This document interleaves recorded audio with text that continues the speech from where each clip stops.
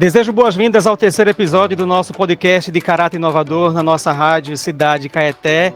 Essa inovação está em parceria com a Mãos Tagarelas EdTech, voltada às inovações tecnológicas para tornar o universo das pessoas, tanto surdas como ouvintes, mais acessível e inclusivo. Esse podcast recebe o nome Tagarela Cast e será apresentado por mim, Marcos Souza, na forma de bate-papo com a Isamar Souza, professor de Libras do Instituto Federal Baiano, campus Itapetinga. O professor Isamar é graduado em Letras, especialista em Libras, mestre em Educação, doutorando em Educação, proficiente no ensino no uso de Libras. Ele também atua na forma voluntária na Mãos Tagarelas, a principal parceria de nossa rádio. E por essa razão nós vamos lá mais um bate-papo em torno de assuntos relacionados à área da surdez, interpretação de Libras e ensino bilíngue, entre outros assuntos relacionados. Professor Isamar, muito bem-vindo mais uma vez ao nosso podcast Tagarela Cast.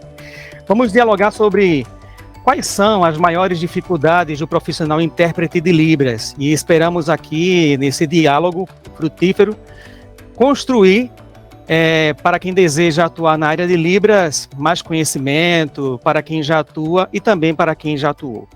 Esse é o terceiro podcast da primeira temporada do Tagarela Cast, todos os sábados às 11h30 da manhã.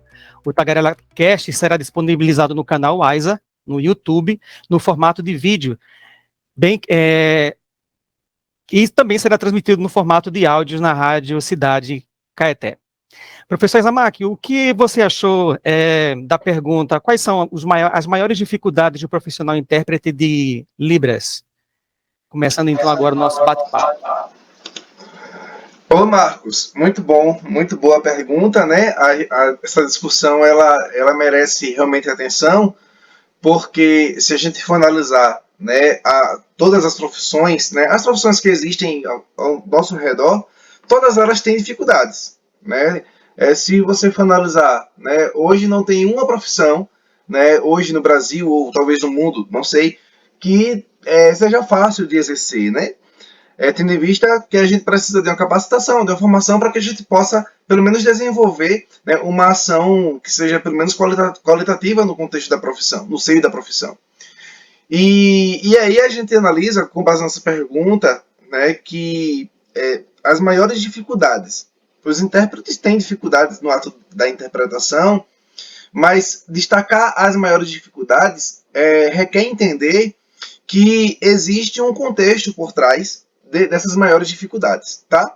Mas para que a gente possa chegar nesse entendimento das maiores dificuldades, a gente precisa entender algumas dificuldades que sejam superficiais inicialmente, tá?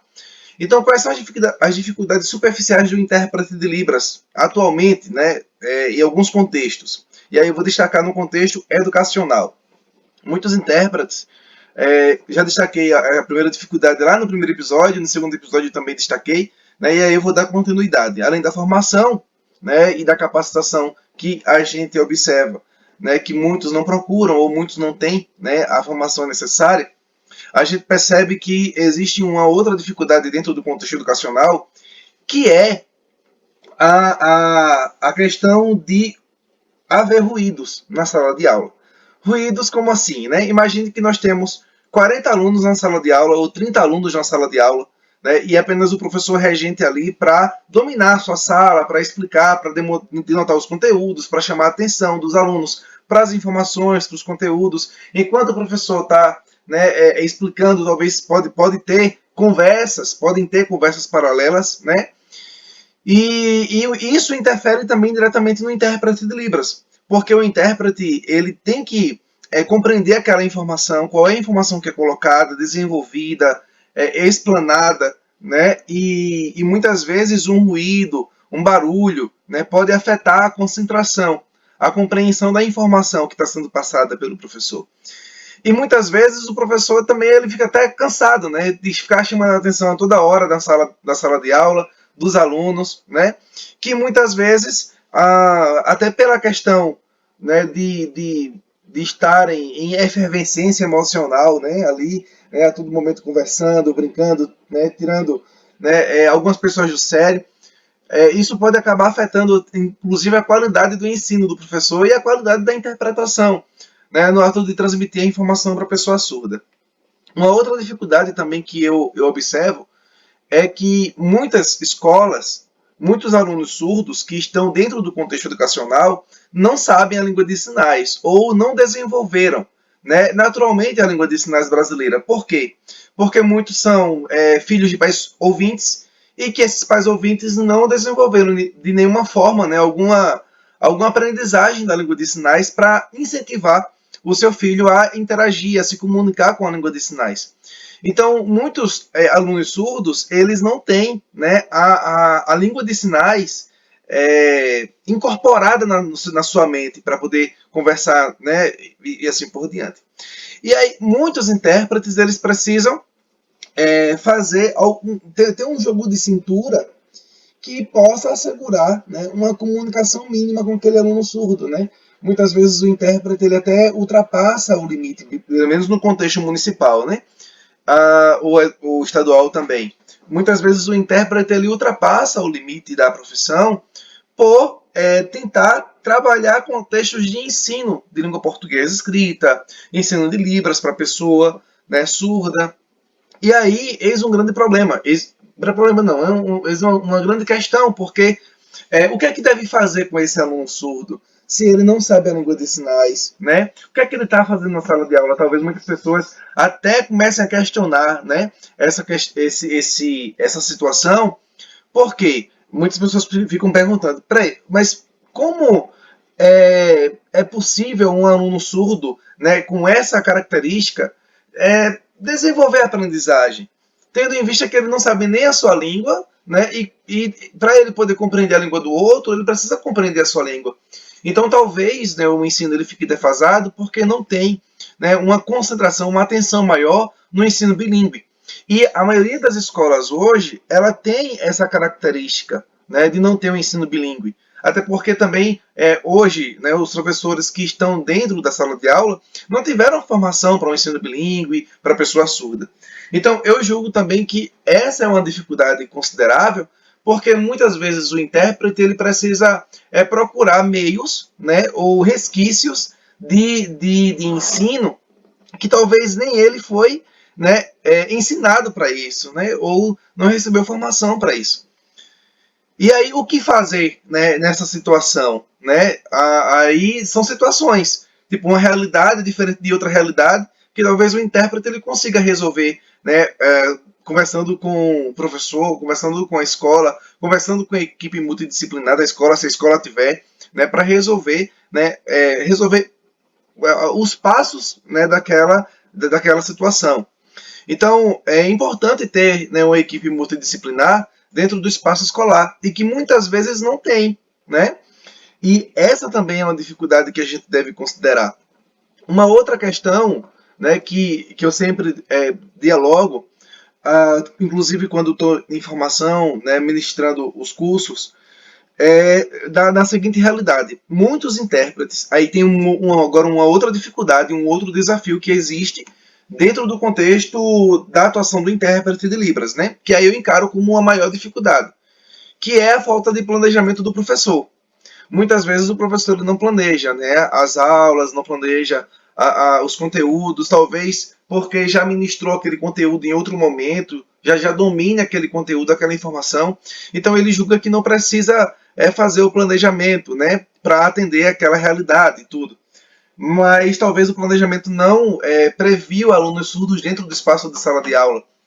E aí, muitas vezes, o professor ele deixa na responsabilidade do intérprete realizar o ensino, né, ou a interpretação de ensino mesmo para o intérprete, para a pessoa surda.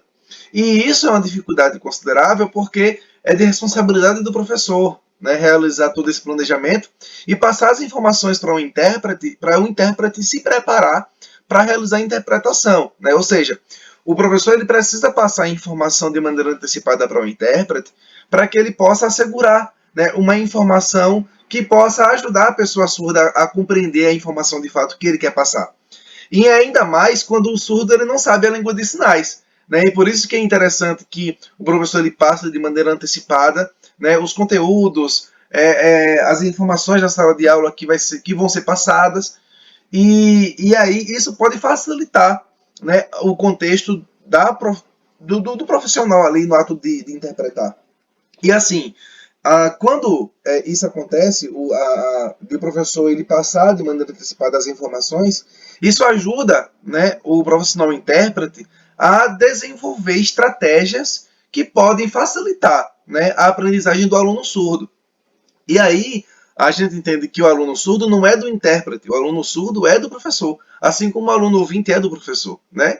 Então o intérprete ele não tem aluno surdo, ele tem o contexto de transmissão da informação para a pessoa surda.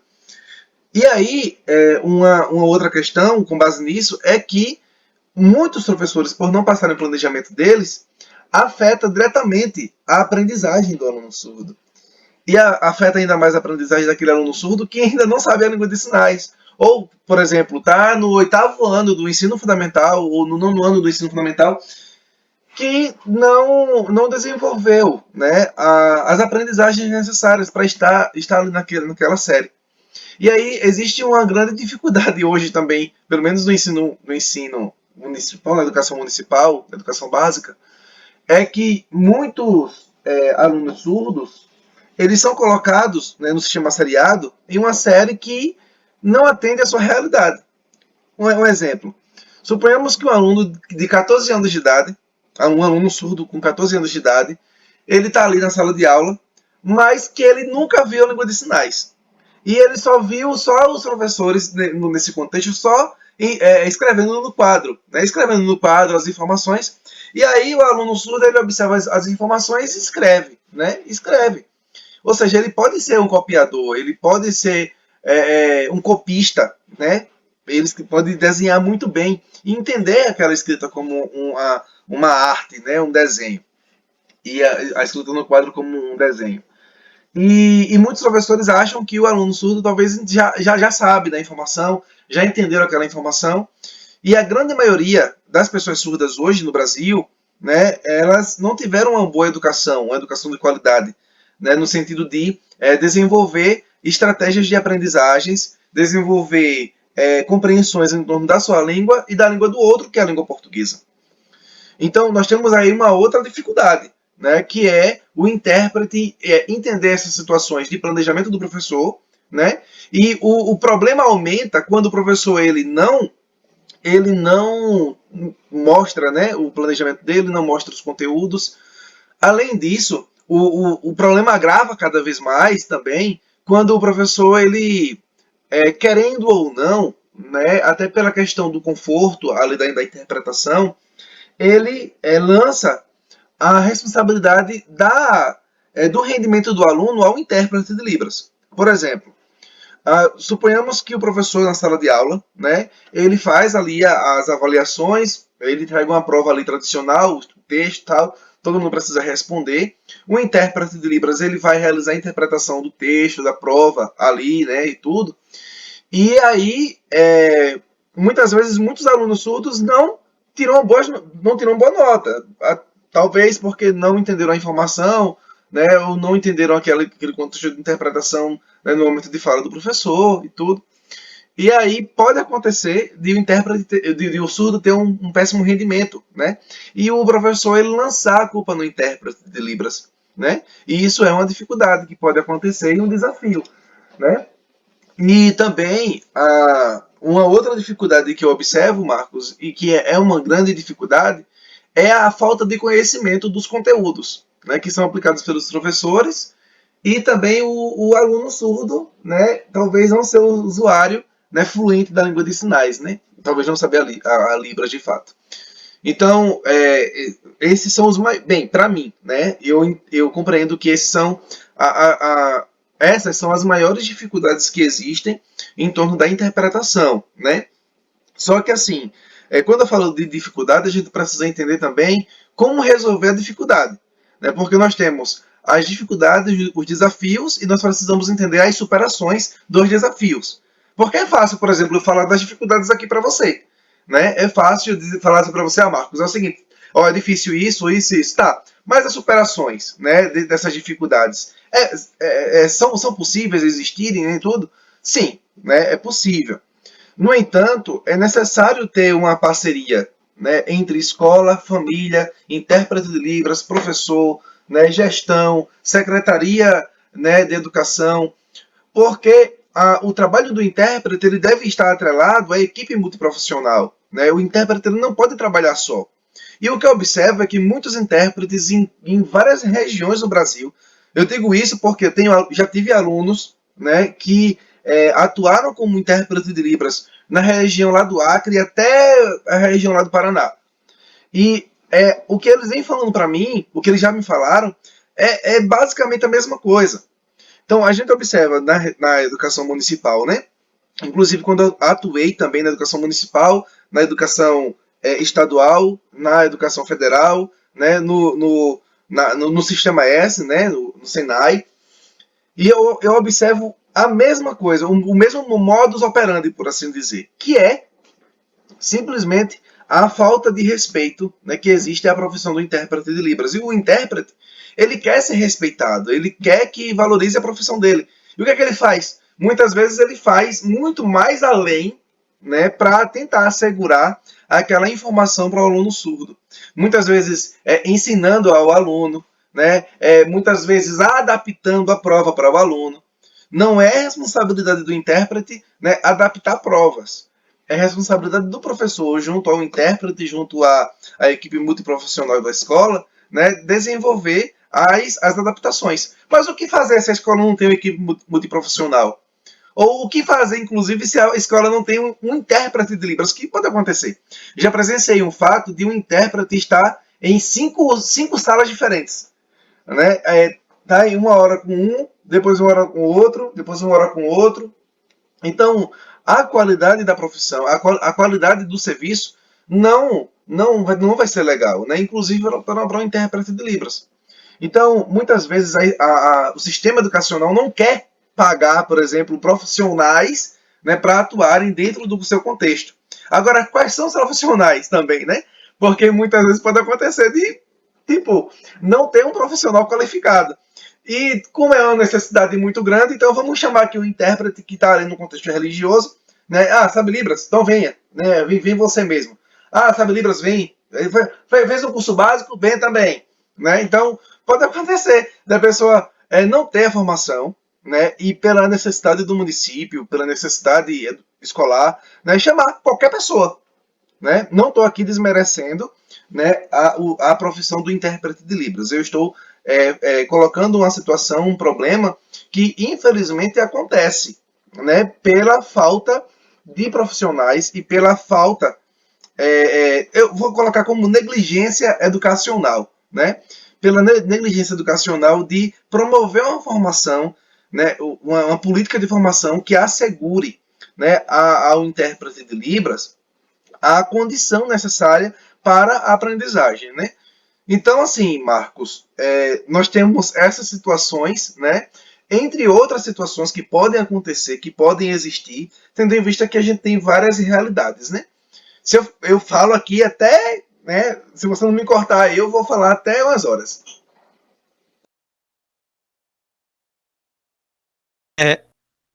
É, Isamak, eu estava prestando atenção aqui seus questionamentos, você citou vários desafios que o profissional intérprete, ele passa, né, com aquela criança ou aquele adolescente na sala de aula lá.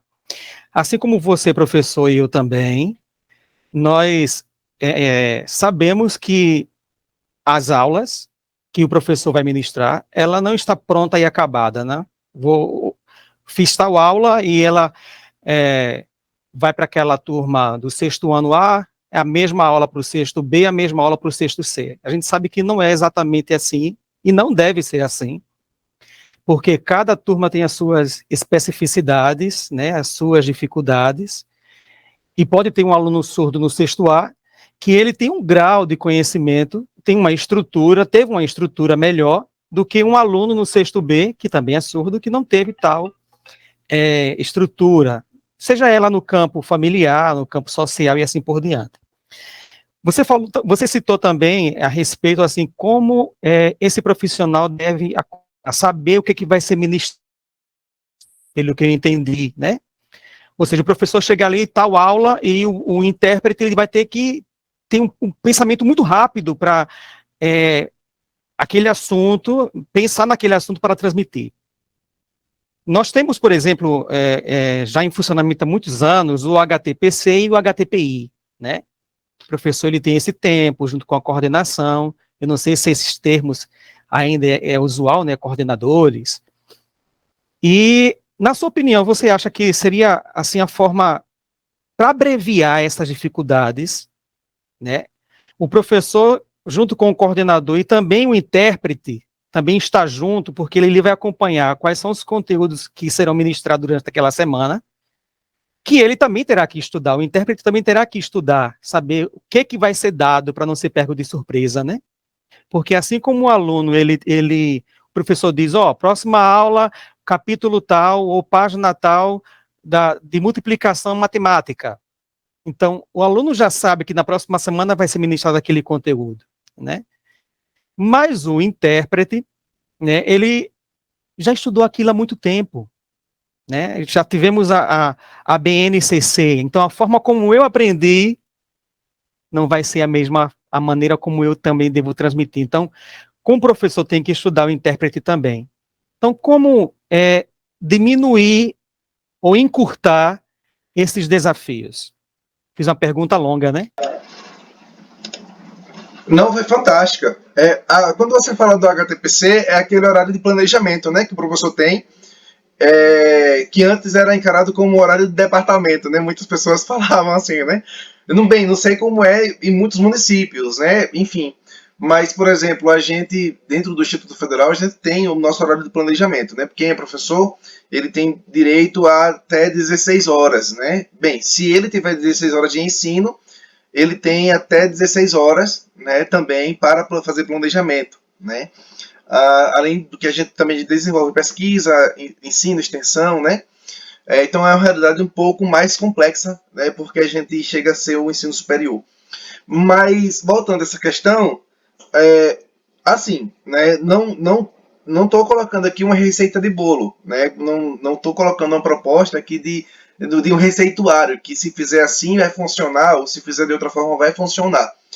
Cada município sabe da sua realidade, né, da sua necessidade. O intérprete ele também sabe da sua realidade. Talvez, por exemplo, bem, se for um intérprete que também reconheça suas limitações, talvez o intérprete ele vai poder compreender qual é a sua necessidade frente à questão da interpretação.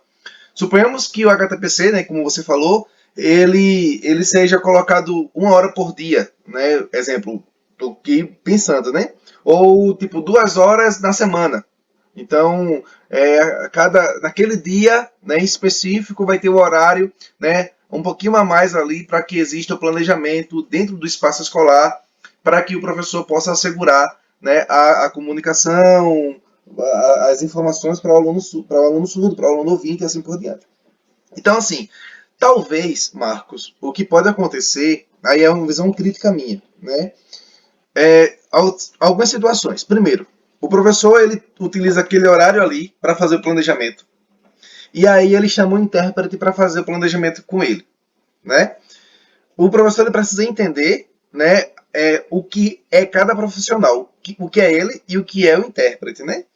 E ele deve conversar com o intérprete para entender como é que o aluno surdo ele aprende. Né? Ele deve dialogar sempre com o intérprete para ele entender como ele pode adaptar as informações para aquele aluno surdo. Mesmo que sendo apenas um aluno surdo em meio a 30 alunos. Né? Ou a 40 alunos, ou a 50 alunos, enfim. Então, talvez o que pode acontecer quando um professor ele não tem um conforto, né, para realizar as informações específicas para o aluno surdo, ele pode lançar naquele horário de planejamento a responsabilidade para o intérprete de Libras. Pode acontecer, né? E aí, assim, o intérprete ele precisa ter um jogo de cintura, dialogar com o professor para falar da responsabilidade de cada um, né?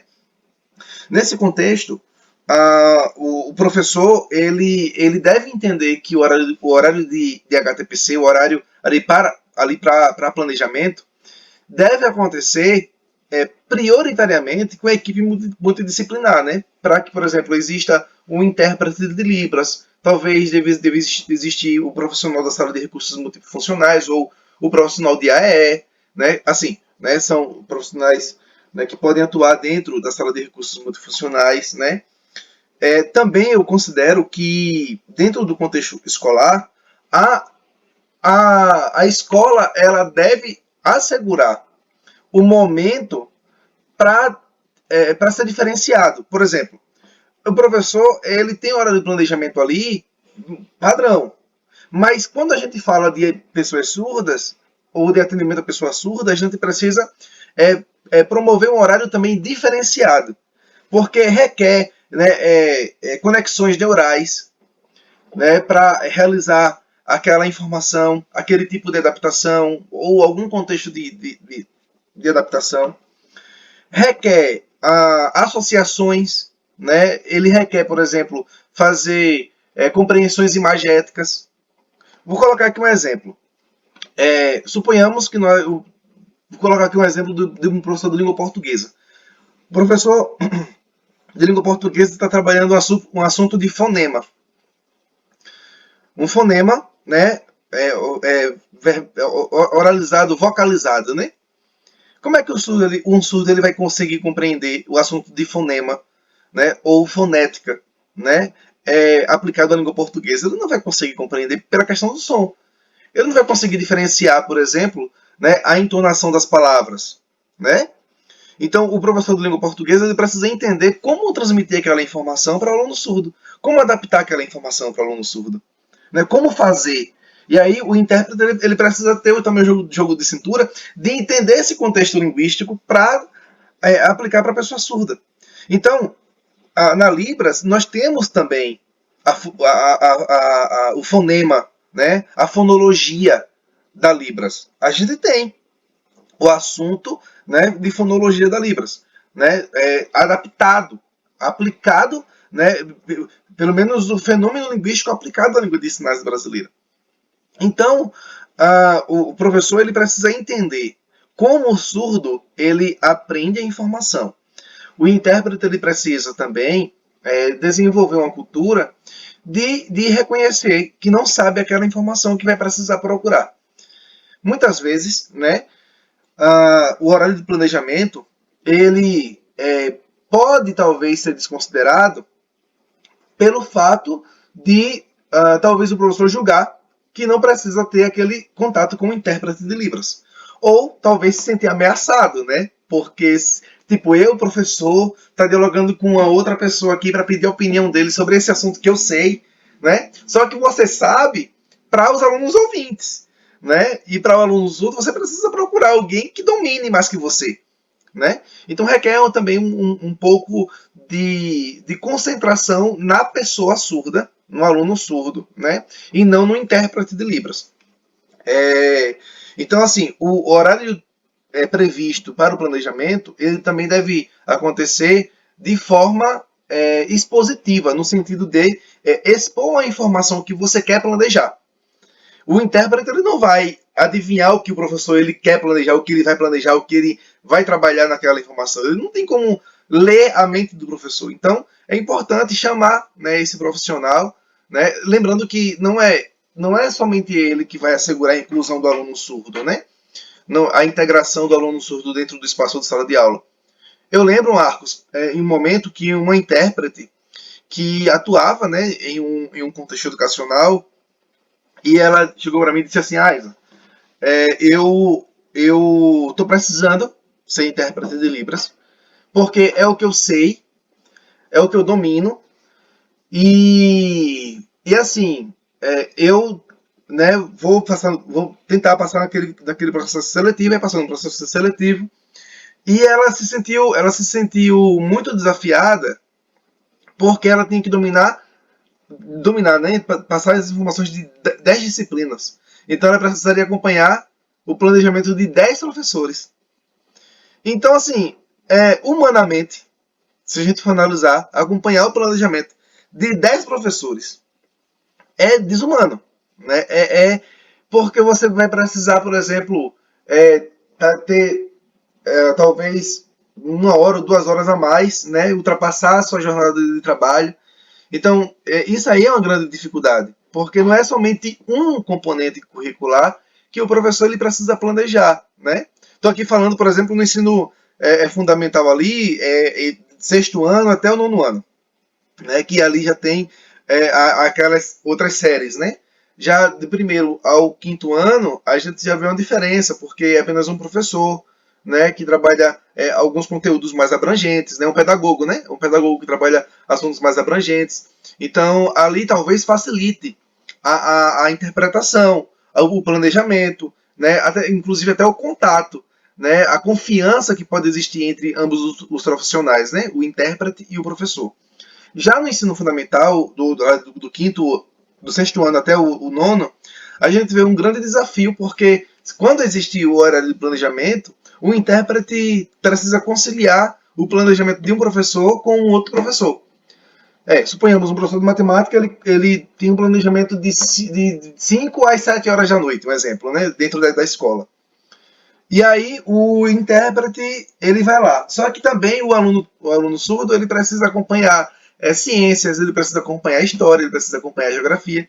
E o professor de história marcou no mesmo horário o planejamento com o professor de matemática. E aí, né? Será que é possível existir um trabalho interdisciplinar? Então, hoje, infelizmente, muitos professores não sabem trabalhar, né, a interdisciplinaridade, né, dentro do espaço escolar, e seria muito significativo para o aluno surdo, né, esse trabalho interdisciplinar. Então, Aizamak, como pode haver o respeito, né, a esses profissionais, um respeito profissional, né, desse intérprete de Libras? Como haver?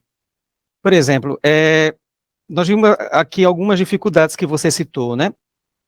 Se a língua portuguesa, com seus fonemas, é complicado muitas vezes transmitir ali, né, para que o surdo ele entenda. Imagine, por exemplo, a língua inglesa, né? Aqui no município de São Miguel dos Campos, do primeiro ao quinto, que é a área que eu atuo, nós temos, além das disciplinas que eu domino, né? Tem um profissional para a língua inglesa, né? 1 hora, aula, e educação física. A educação física já é uma coisa assim mais que ele compreenderá melhor, né? Porque vai muito do gestual, joga bola, chuta, aquela coisa toda. Então, para esse profissional, né, como haver mais respeito a esse intérprete? É algo que pergunta, hein? Assim como, por exemplo, as pessoas, né, respeitam tanto a profissão de um médico, ou talvez respeitam muito a profissão de um engenheiro, de um arquiteto, e a gente percebe que as tradições que estão ali na educação todas elas são desrespeitadas, né, se a gente for analisar. Até pela questão de investimento para a educação, até para a questão de recursos que são alocados para, né, pagar o professor, né? E a gente também percebe que existe uma desvalorização, né, também, de igual modo, ao intérprete de Libras, assim como existe uma desvalorização para o professor e assim por diante. Então, assim, eu acredito, Marcos, que talvez possa existir um respeito para a profissão do intérprete de Libras quando o município, quando o Estado, quando o governo federal, ele investir, né, e muito na formação de intérprete de Libras. Então, eu acho que o respeito inicial, ele parte daí, a parte da formação. É o que eu venho sempre colocando, né? Não estou dizendo aqui que a formação ela é capaz de resolver, é o santo graal aí da Libras. Não, não é, não é. Mas é um fator a mais que possibilita, né, uma certa valorização, porque o intérprete ele precisa se atualizar, se reciclar, né, assim como qualquer outro, né, um profissional. No entanto, a gente percebe que não existe ainda, né, uma atenção em muitos municípios, né, para essa questão formativa do intérprete de Libras. O que existe, por exemplo, Marcos, é a graduação de Letras Libras. Hoje é fácil, hoje nós temos a tecnologia que está facilitando demais, né, a gente fazer um curso de graduação EAD, né? Hoje os cursos EAD estão aí, né, de uma forma muito nítida, né?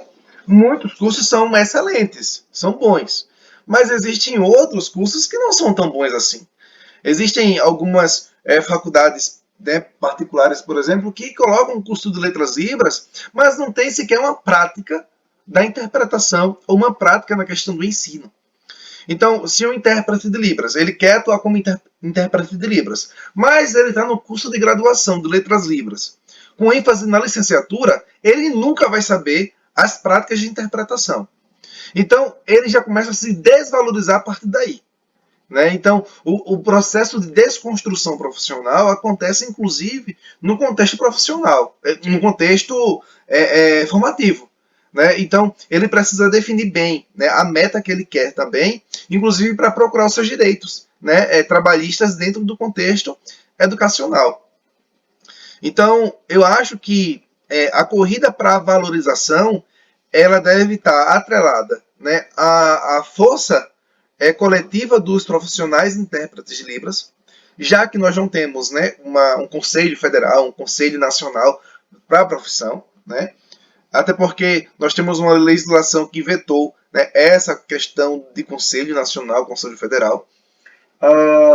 E assim, né, além disso, a força coletiva ela deve ser levada em conta e os intérpretes eles precisam entender que existem algumas situações que ele não pode passar mais. Né? A gente, tipo, na época que eu atuava como intérprete de Libras, a gente se submetia a algumas coisas que eram complicadas, porque não tinha força coletiva. Né? O coletivo só pensava no individual, na verdade. Né? Então, quando a força de trabalho coletiva dos intérpretes de Libras começar a pensar que a partir do coletivo existe também o contexto de valorização, né, de luta, né, para valorização, aí acredito eu que pode encurtar, né, o processo de valorização educacional no sistema educacional, entendeu? Eu penso nesse caminho. Algumas pessoas podem até discordar de mim, mas eu entendo que a gente precisa pelo menos construir uma força coletiva.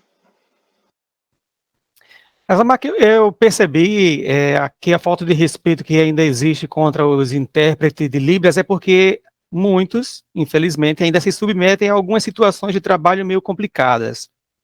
Você pode citar como é possível agir em prol de resolver essas situações? Ou que questões são essas complicadas que muitos acabam se submetendo, né, a esse tipo de situação? Beleza, beleza. Eu pincelei assim um pouco lá no primeiro episódio, né, da nossa discussão, do nosso diálogo, que muitas vezes dentro do contexto educacional, o intérprete se submeteu a uma situação de avaliar o professor, né? Em vez de se concentrar na questão da interpretação, está se concentrando no que o professor está dizendo, numa brincadeira que o professor tirou, numa fala que o professor fez na sala de aula, né? Então assim tem essa situação, né? Outra situação, por exemplo, o intérprete ser encarado como professor do aluno surdo, que não é, né? Outra situação é muitas vezes quando o professor ele se dirige a um intérprete de Libras e não ao aluno surdo, né? Quando o professor ele acha que o surdo ele não tem voz, não tem o seu espaço de fala, né? E isso pode acontecer e muitas vezes o intérprete quando não tem formação ele cede, né, a essa questão, ele acha também que muitas vezes o surdo não tem seu espaço de voz e ele não deve ter.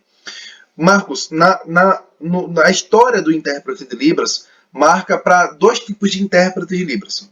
Um intérprete com a visão clínico-patológica, certo? Que é aquela visão de ajudar a pessoa surda, de ter um assistencialismo à pessoa surda, de encarar o surdo como inferior, tá? E nós temos um outro intérprete de Libras, que é o intérprete que tem uma visão socioantropológica, que encara encara o surdo como um sujeito, né, dotado de direitos, né, de cultura, de identidade, né, e que deve ser respeitado, que a sua língua deve ser respeitada, que ele tem o seu espaço de fala, ele deve ter o seu espaço de fala. Então, quando o intérprete ele tem uma visão clínico-patológica ou clínico-médica, ele passa muitas vezes a colocar situações, a adotar procedimentos que podem interferir no desenvolvimento natural da língua da pessoa surda. Quando o intérprete ele tem uma visão socioantropológica, ele assegura que naquele momento, né, de intermediação comunicativa, o surdo ele tem o direito, né, de ter a informação preservada na forma que está sendo colocada. Muitas vezes o intérprete, ele, pela visão clínico-patológica, ele... você não entendeu? Tá, depois eu explico. Né? Quando ele terminar aqui, a fala, depois eu explico. E muitas vezes acaba não explicando. Tem algumas situações que são complicadas, são complexas, né, de dialogarem. Estou aqui trazendo apenas uma situação para que a gente possa discutir ainda mais lá na segunda temporada em outros episódios. Né? Mas é basicamente isso. Muito bom. Aizama, eu fiquei sabendo que você desenvolveu uma biblioteca de estudo de Libras que envolve essas questões de interpretação. Eu tenho aqui algumas dúvidas, né? Por exemplo, por que você desenvolveu essa biblioteca? Marcos, beleza. Eu desenvolvi a biblioteca, eu sempre tive a ideia, né, de criar uma biblioteca, criar algo, uma plataforma que as pessoas, os intérpretes de Libras, pessoas que estão estudando a língua de sinais, encontrassem um local para tirar dúvidas ou para pedir materiais. Por exemplo, eu odiava interpretar matemática. Odiava. Porque eu não gosto de matemática. Eu não gosto. Não gostava de matemática. Então eu não tinha materiais suficientes naquela época que me ajudassem a interpretar de uma forma flexível para a pessoa surda, né? Algum material, algum livro.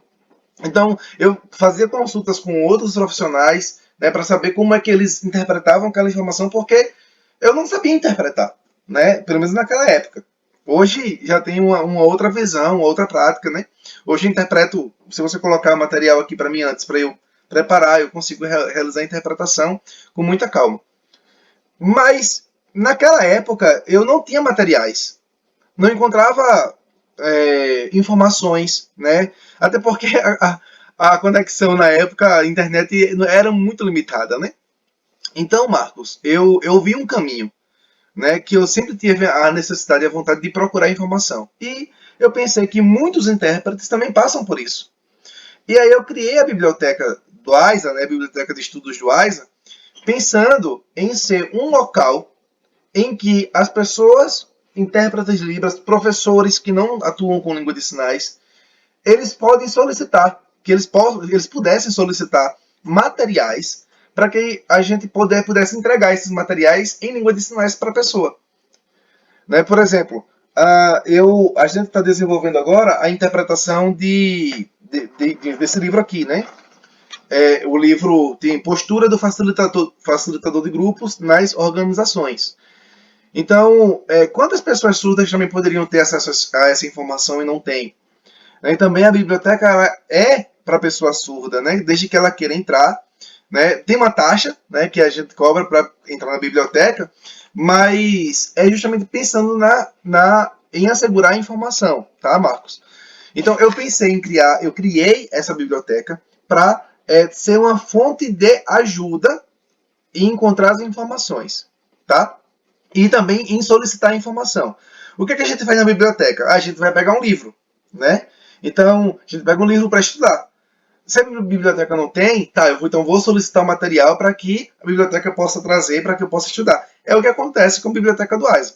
Ela funciona no Discord, né? Talvez você até pergunte para mim, mas já vou me adiantando aí, tá? Ela funciona no Discord. O Discord é uma plataforma que foi criada inicialmente para jogos, né? Para jogos. E aí eu fiquei pensando, poxa, seria interessante a gente criar, né, algo dentro do Discord. E aí tentar associar, né, como fazer isso no Discord foi o grande desafio. Daí eu coloquei várias salas. Né, então nós temos salas em que a pessoa pode falar assim, eu quero ver administração, eu quero saber assuntos de educação, eu quero saber assuntos de psicologia. Tá, não tem um assunto, não tem um livro lá. Então você pode solicitar, né, que haja a interpretação daquele livro, né, daquele texto, daquele artigo. Né, a gente vai realizar a interpretação, vai disponibilizar a informação em um prazo, né, delimitado, né, para a pessoa, né, e a gente entrega. Até o momento, algumas pessoas já solicitaram, né, alguns materiais, a gente interpreta, a gente entrega. Já quando não há solicitação, a gente cria os nossos próprios materiais. Por exemplo, né, esses dias a gente começou a realizar a interpretação dessa revista. Né? A revista tem o nome Guia 101 Maravilhas do Mundo. Então, esse guia aqui, essa revista, foi interpretada para a língua de sinais, né, e inserida dentro da biblioteca. Também, entre outras questões, né, a gente está desenvolvendo também projetos articulados com outros colegas, né, como divulgação científica e assim por diante. Então, eu pensei em ser um local em que as pessoas pudessem encontrar as informações.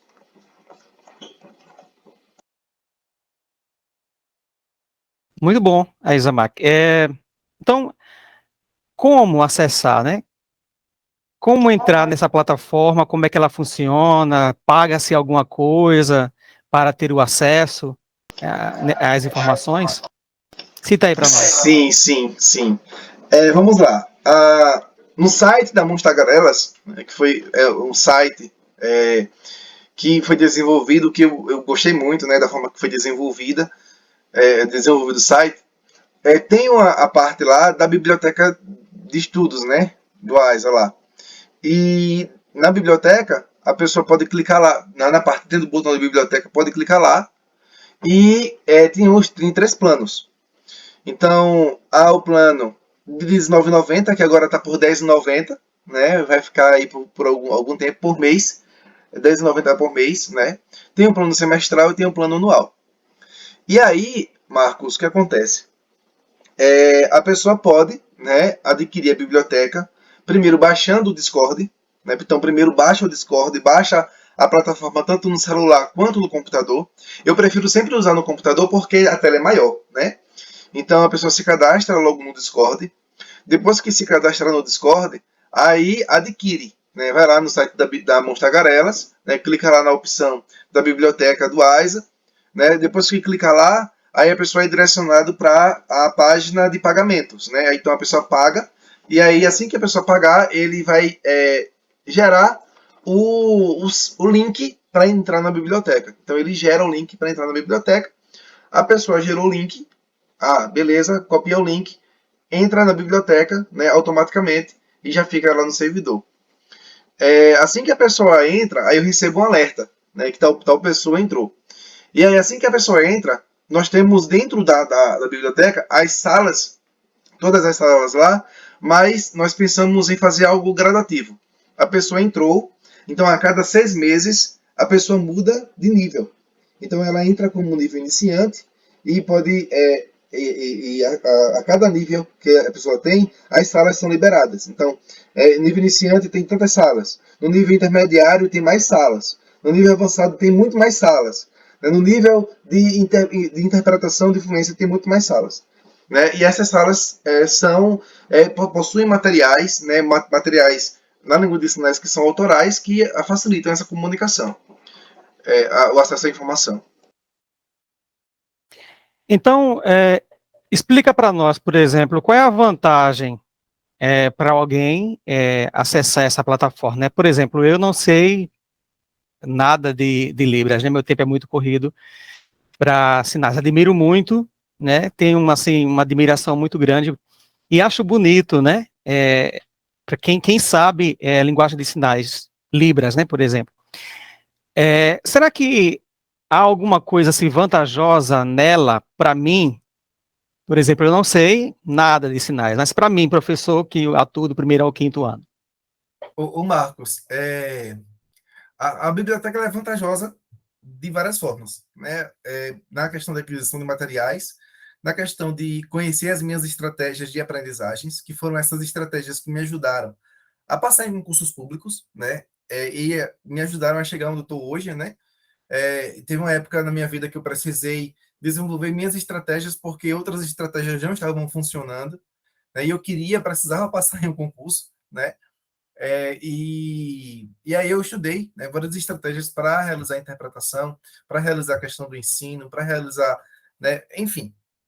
Então, ela é vantajosa porque ela assegura, né, não somente a questão da interpretação, mas ela assegura contextos de adaptação de conteúdos, né, ajuda o professor que não sabe a Libras, né, a encontrar materiais, né, a Libras como uma língua, né, e não como uma linguagem, né, ajuda o professor a entender como fazer, né, procedimentos de ensino, né, a partir, né, de recursos visuais, né, e aí, por exemplo, eu produzi um livro chamado Como Estudar Libras por Videoaula. Na biblioteca nós não temos videoaula, nós temos vídeos, né, nós temos explicações, nós temos interpretações, e nas estratégias, as estratégias são utilizadas para ajudar a pessoa a compreender como entender aquele vídeo, entender aquela informação, tendo em vista que muitas vezes a gente não consegue encontrar uma pessoa surda ali para praticar, né, a interpretação, a fluência, a sinalização. Então, a biblioteca ela é um mecanismo que facilita, né, encontrar informação para você interagir com o conteúdo, com a informação. Então, ela é vantajosa nesse sentido, né?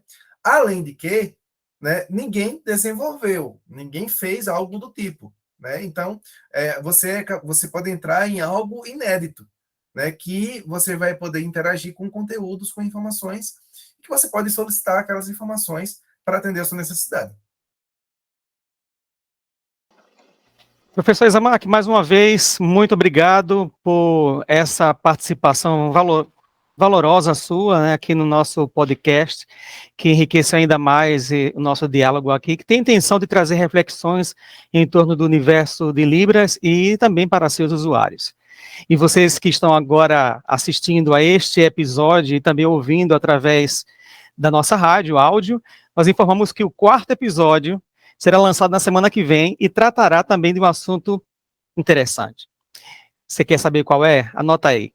Pega aí um bloquinho de notas no caderno e anota aí o tema. Quais os tipos de intérprete de Libras existem e como cada um deles pode desempenhar sua função? Anotou? Então anota aí nosso encontro marcado na próxima semana, no próximo sábado.